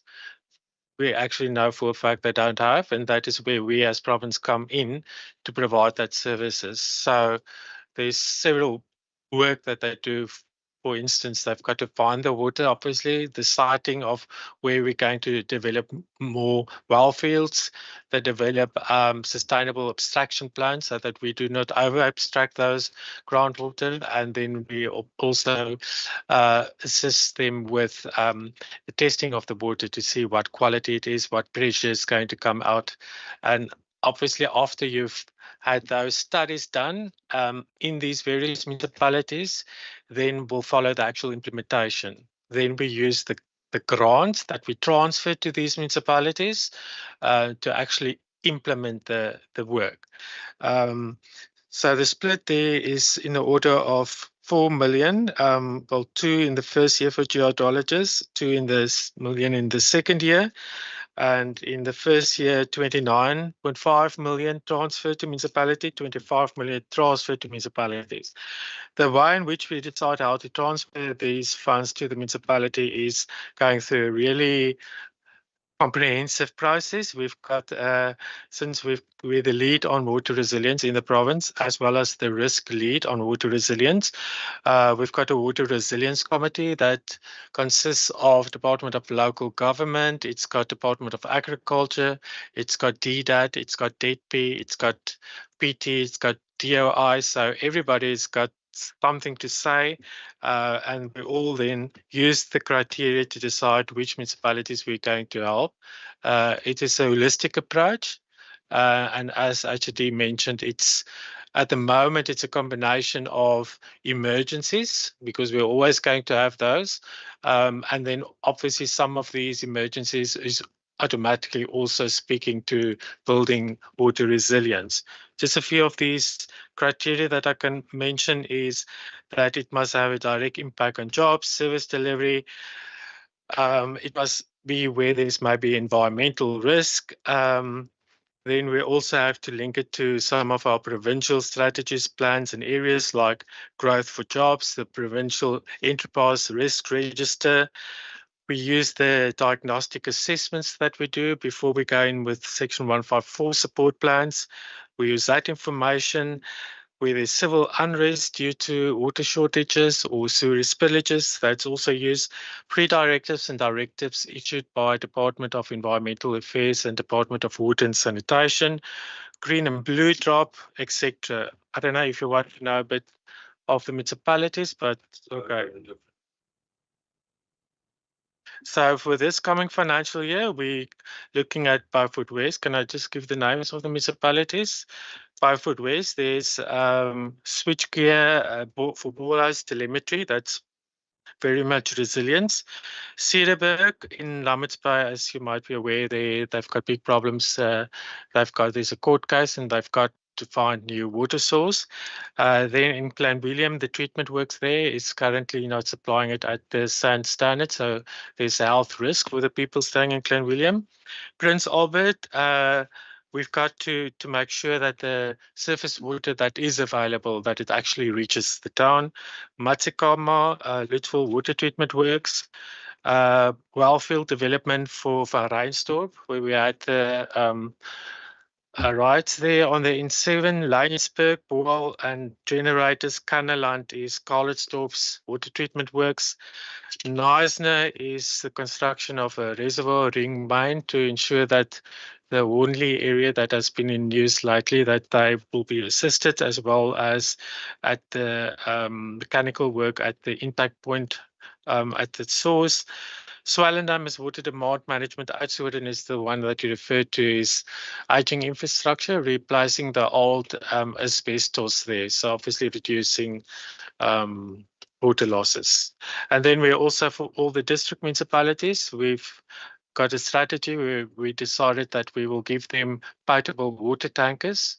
So in case of emergency, we go to these districts and they then dispatch these water tankers to areas in the district where there's shortages. If I can go to then the second question on the 67 million and the 37 million on the pilot project, I think they IGD covered me.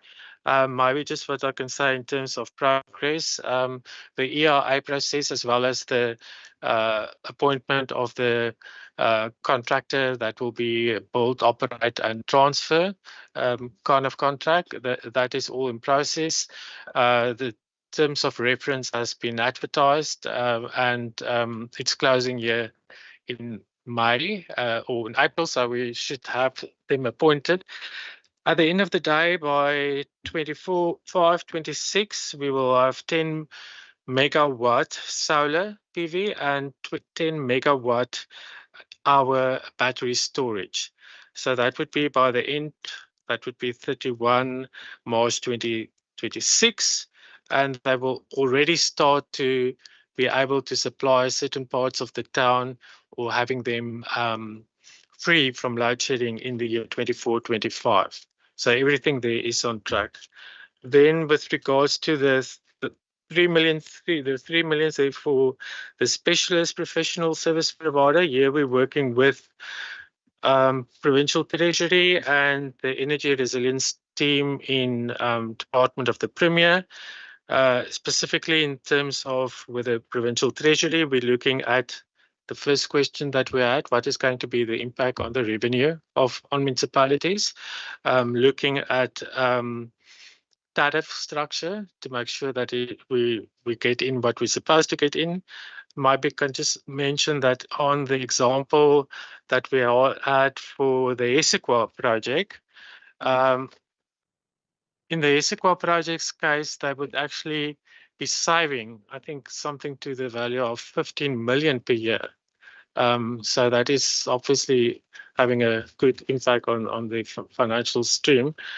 So it is indeed a project that is actually assisting the financial well-being of that municipality just by saving the difference in the cost that you procure electricity from Eskom versus the cost at which they are going to generate it themselves.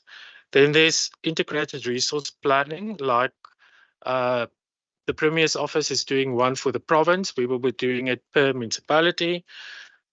We look at the mix of energy in those municipalities, looking at the feasibilities, cost-benefit analysis, and so forth. If I go to the next one, the master plans. The master plans is updating of old master plans.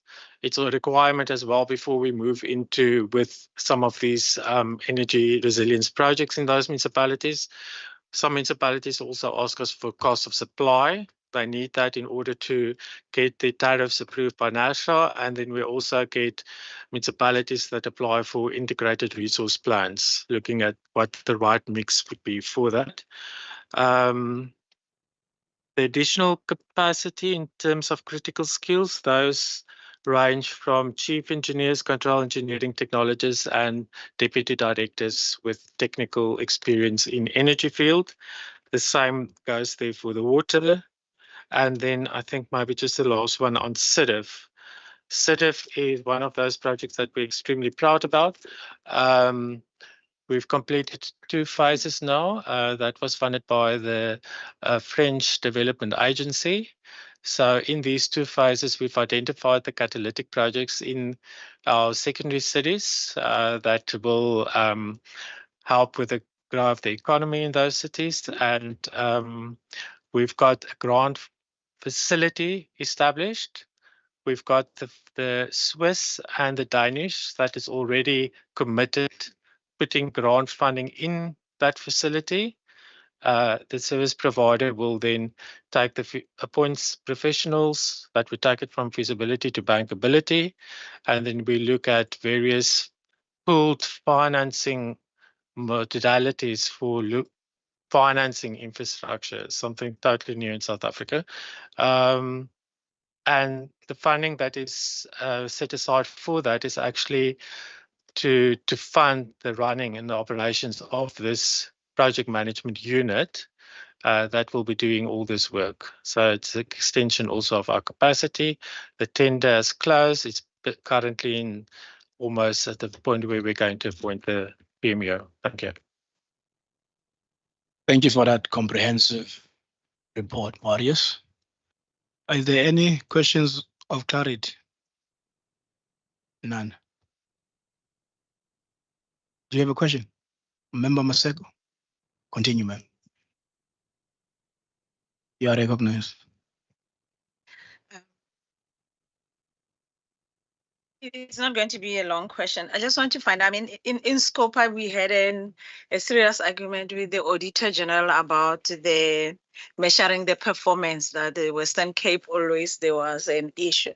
Now I see on the, and thank you very much, on the measuring of performance, the new system of the APP that you can do the targets and the performance. But now if you have the issue like the, let me take reduction in poverty, and then you set yourself a target of about 5. When you get audited, how are you going? Because we, from the Scopa side, we were talking about the issue of when you set the target, it must mean the target that cannot be. And the Auditor General said it's not us that we are setting the targets, the department. So if they're saying 5 for reduction of poverty, they have to prove how are they going to go about. So how are you going to prove that reduction? Or how do you argue it with the Auditor General when they shortchange you? Because all the time it's you did what is supposed to do, but to the output to see that that has happened, it becomes difficult. And now the devil is in the target setting of about 5. How are you going to make sure? Because I tend to believe annual reports is going to come again and you'll be penalized in a way, even though it's not penalizing. You'll be shortchanged on the audit outcomes because of a target of poverty reduction. And you said 5. How do you quantify that within communities? Chair, that's all, I think. Thank you very much, Member Maseko. Department. I will provide Albert with a response. It's most probably 5 projects or initiatives. Yeah. Okay. How the framework stipulates it is there are 3 levels. The first level is where we have the so-called impact statements. And your impact gets realized over a 5-year planning cycle of government. So those you would find them mostly lying in our strategic plan. So that's the impact. Is what will you do is when you're sitting here and projecting over a period of 5 years. Those are your impact statements. And then you also have the outcomes, where now your outcomes is saying over the MTF period, what are some of the things that you want to achieve? Now, there is, if you look at the APP, we are required to do it every year. So the every year is an indication of saying, how do we begin to do? What are the things that we are doing to move towards that? If you were to look at, in terms of what the impact is or what the outcome is, you don't look at a particular year only, but you look at holistically where you begin to look backwards and say, what are the different initiatives that we've put in place to be able to move towards this particular impact? So it's basically, you don't measure it based on one particular year, but it's a total of all the initiatives that you've been putting together to move towards that. Member Maseko. Thank you. I think I do understand that. So what I'm asking is maybe an example of the an easy example was about when you get into the plane and then your target being to how many people did you tell them to put on the seatbelts? The responsibility is with the passengers to put on the seatbelt.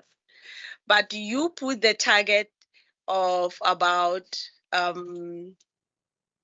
many people are going to put the seatbelts. Yours is just to give the information. And it's up to them to make sure that they put on the seatbelt. So now, if you're going to put the target of 60 people are going to put on the seatbelt, and you don't have responsibility of making sure of going to them and put on the seatbelts, you are setting yourself up for shortchanging what the intention is. Now, that is why we are talking about this in scope and saying that the target has to be a quantifiable, something that you are going to see that you have achieved on a financial year, because, and that is the explanation that the Auditor General was giving to us. So if you are not going to showcase it, the details is on the target itself, on how do you set the target for yourself. What is it you are going to achieve? If you are going to say you alleviate the poverty, you have given about 20 families the food parcel. You gave 20 because your target was giving 20 families 20 food parcels. So you alleviated poverty for a certain period of time, 20 families. So it's that we are talking about that, and they say that the departments have to be the ones that correct that. So thank you. Thank you, members. It is a very interesting debate because it also, whilst you have certain measures that you must put in place to make sure that the 60 people are able to put the safety belts. Your target is to make sure that if there are 100 people that are there, they need to all put safety belts. So you do all the possibilities of trying maybe to communicate various things. So I'm saying it also basically depends on the ad dependencies. You're not operating, in our situation, we're not operating in a situation where everything, when we target, the target is to reach 100,000. The realities are such that we may reach lesser or even more than that, but it depends. For instance, we know now the challenges that we have maybe in terms of staff. When we started, we didn't know that there would be a need for us to reduce the staff. And obviously, in the longer run, the staff would have been reduced. So that has got an impact in terms of your target, the reduction in the budgets. So there are various issues that you have to take into consideration. For me, I even say, because there's a challenge that when we're reporting, people are always scared that we have not achieved our targets. But what becomes important for me is that you've targeted for more. And that was your intention, to get to what you wanted to get into. And if you are not able to get there, you can be able to explain why were you not able to get there, because we're not operating in a vacuum. Everything changes each and every time. So for me, the context, the changing environment that is happening, even now, lots of things that are changing. So it has got a direct impact in terms of the target. Yes, we target based on our previous practices, where you see that, in practice, this is more or less where we are. This is what we are able to achieve. Then that becomes to inform your future. But your future as well is without, is not without any exclusions. That's I can simply explain it like that. Thank you very much, Director. Member Maseko, are you happy? Thank you very much. No, I just want to apologize to the latter speaker that we just made an observation that majority of questions was directed to you from Member Maseko, but it was not planned. It was just a coincidence. So, colleague, thank you very much for your questions and answers. And I will give to the Minister or the HOD for their closing remarks. Yeah, Chairperson, thank you. This is the last in this term, so thank you very much from our side to the Standing Committee for your oversight role. Keep us sharp, keep us on our toes, and yeah, it's also you also give us suggestions that we look at and try to implement. At the end of the day, we all want a better Western Cape to live in, so we appreciate it, and yeah, thank you very much for your oversight role. Thank you very much. HOD, any parting? Thanks, Chairperson. Likewise, I think from the department side, our sincere gratitude to the committee. Even the members that started out with us that are no longer with us, this particular committee, in their absence, also thank you very much to them and also to you and the entire committee for the questions, for the oversight, that the role that you play over the department, and for perhaps the encouragement and the motivation to do better and to improve and to give a different perspective on the understanding of local government and where the concerns are and so on, for us to respond to that. So thank you very much for that. It is appreciated. We always come with sort of renewed energy back to the standing committee in an attempt to answer all your questions. And obviously we'll go back and reflect on what has been asked and how do we take into account some of your suggestions and recommendations. Also to the entire department, thank you very much. My sincere appreciation. I think also to the management team. I think it's a contribution that each and everyone makes within the department. Those of us sitting around this table, but also those back in the offices, and perhaps now at the point in time at some of the municipalities. And I think it's a contribution that all of us make to make it possible to do what we do in municipalities, and particularly in relation to service delivery. Also, thank you to Albert and Bhavna and her team, the respective teams, for putting together this budget and the documentation. IPP, it is appreciated. And yeah, it's a difficult time for us. Obviously, our observation is that there will be challenges in municipalities as we move towards the national and provincial elections. From our side, thank you very much. Really appreciate it. Thanks, Chairperson. Thank you very much from the side of the committee. I just want to say thank you very much for the kind of work that you guys are doing. And of course, for your approach in how you deal with matters in municipalities. And I know in some instances and in some communities, your approach might not be appreciated, but you are doing what you can do. I know it's our last meeting coming from me as a committee chair and the members, that we don't know what the future holds. But what I can guarantee you that you will be here after the 29th of May, but we cannot guarantee that you will be seeing us. But with all that, keep on doing what you are doing. You know, our municipalities need you, and please work with the same vigor and with the same attitude and with the same respect with whatever members of parliament that you are going to get in the next term. You are officials, you are not politicians. Do what you need to do. And to the minister, thank you very much for your approach. I know at some instances, you know, you are accused of playing politics in your approach, in how you come, in how you do your work, but it does not, you don't change as a person. You're always the same person and you do what you need to do. I must disagree with you, of course, offline, but that does not mean that we are not friends. With those few words, geniet die dag en baie dankie en sterkte vir julle vorentoe. Baie dankie. Julle kan maar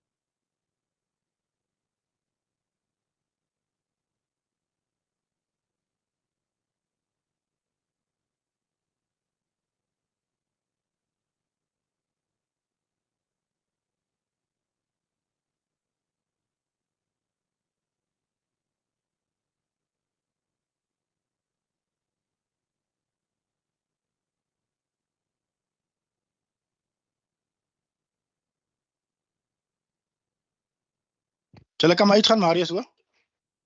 Loop.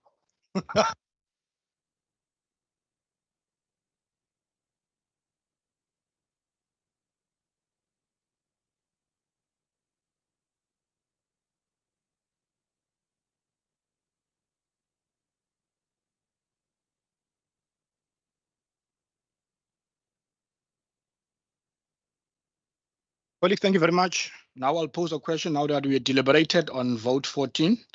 Ask if there is any support for the vote or not. Member Murray, Second support. second. Okay. Is there another view? Thanks, Chair. If you could just record in terms of the rule in question, the ANC's objection or opposition to the vote. And then I wonder, Chair, are you going to deal with the request for information? Yeah, we're going to do resolutions. Okay, colleagues, now that we support, the majority of us support, and also noting in terms of what the member Dagmon said, John, have draft report or I can read it to the committee? Yeah, I have you. Okay. Committee report on the Standing Committee of Local Government on vote 14, local government, in the schedule to the Western Cape Appropriation Bill B1 2024, dated 13 March 2024 as follows. The Standing Committee on Local Government, having considered the subject of vote 14, local government, in the schedule to the Western Cape Appropriation Bill B1 2024, referred to the committee in accordance with the Standing Rule 188, reports that it supports the vote. Also, in accordance with Standing Rule 90, the African National Congress expressed its minority view that it does not support the vote. Can I get a mover for the report to be adopted? Thank you. The report is duly adopted. Thank you very much. Colleagues, we are going to the consideration adoption of committee documents. You have been forwarded with all the documents. Can I get a mover that we?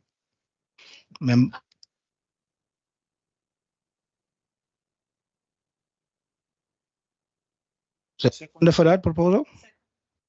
Thank you. Then, colleagues, can you go resolutions? Member Dagmo? Thanks, Chair. I think the one is that the committee requests a copy of the notice sent to the Speaker. And then also I would request if we could have a copy of the Beaufort West Recovery Plan and the progress. And then also if we could have a just a detailed report on the proposed, I mean, there was a verbal answer, but a detailed report on the proposed spending on the Water Resilience Initiative, which is 58 million in this financial year, and then 125 on energy. If we could have a detailed breakdown of the intended expenditure by the department. That's all from my side, Chair. Is that all, colleagues? Happy? Oh, yeah, sorry. And remember, we asked for is it Albert? Albert, yes. Albert talked about this conference. If we could just have a report and a copy of all the papers that were presented there and any resolutions that are taken. Yeah. Okay, colleagues, those are the resolutions. Supported? Happy? Thank you very much, colleagues. We've come to the end of our meeting. Thank you very much, Johan. Mfundo. Thank you. Okay, is there something else? Okay. Just one proposal that we will still have to, we might still meet once more, could be virtual, to adopt the final mandate on the demarcation bill at the NCOP. Then the second thing is we will have to adopt a quarterly report and an annual activities report, but that will only be done once the term finished.